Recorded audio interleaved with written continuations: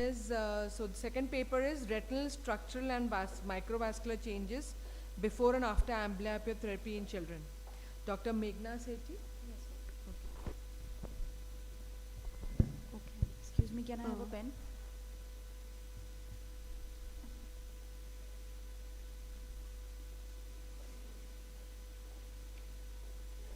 Thank you. Please start. Oh, okay. Good morning, everyone. I'm Dr. Meghna Sethi from Guru Nanak Eye Center, New Delhi. I'll be presenting my team's work on the retinal structural and microvascular changes before and after the amblyopia therapy in children. There are no financial interests. So the aim of the study was to compare the structural as well as the microvascular parameters in the amblyopic eyes before and after the amblyopia therapy. It was a prospective interventional study that took place at our institute with 15 patients with unilateral amblyopia who were followed up for 3 months. So we assessed the retinal structural changes after 3 months of occlusion therapy using the OCT, in which CMT and retinal nerve fiber layer thickness was taken, and the retinal microvascular changes were assessed using the parameters such as the foveal avascular zone and the mean vascular density in the superficial as well as the deep capillary plexus.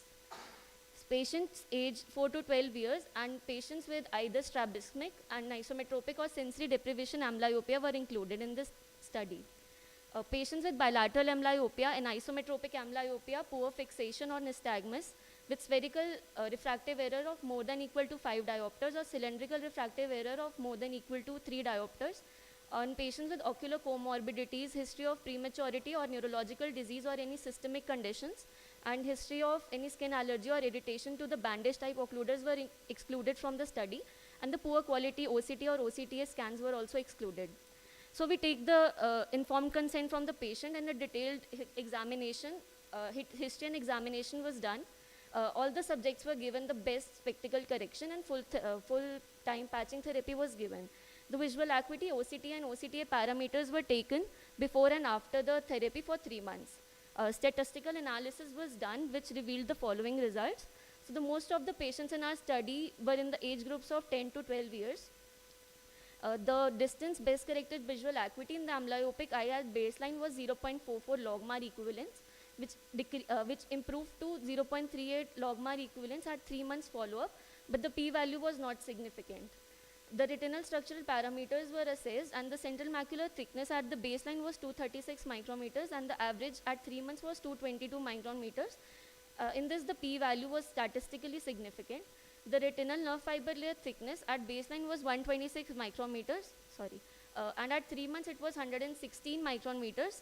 So the mean RNFL thickness in our study and the values in 3 out of 4 quadrants, it was found that it was thicker before the amblyopia therapy, and this difference was statistically significant.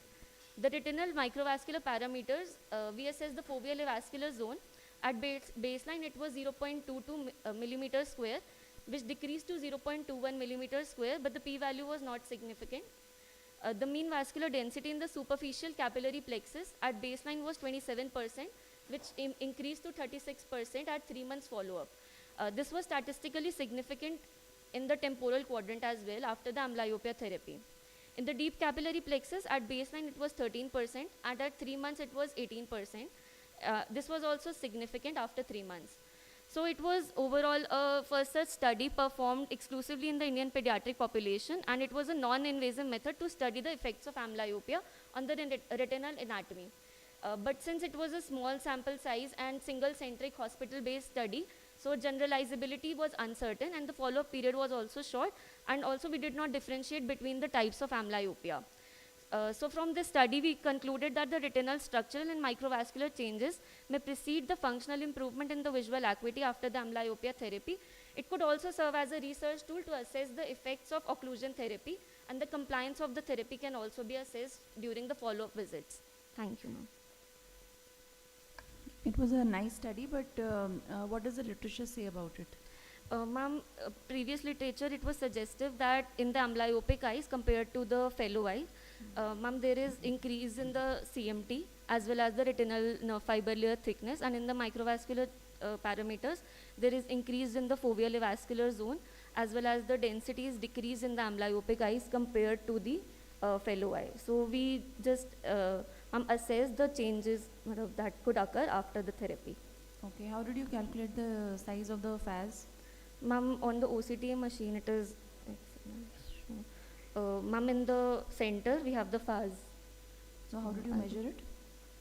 Ma'am, With the caliper? it was calculated by the machine only. Machine only. Yes, ma'am. And the superficial and deep plexuses? Ma'am, that was also given by the machine, OCTA machine.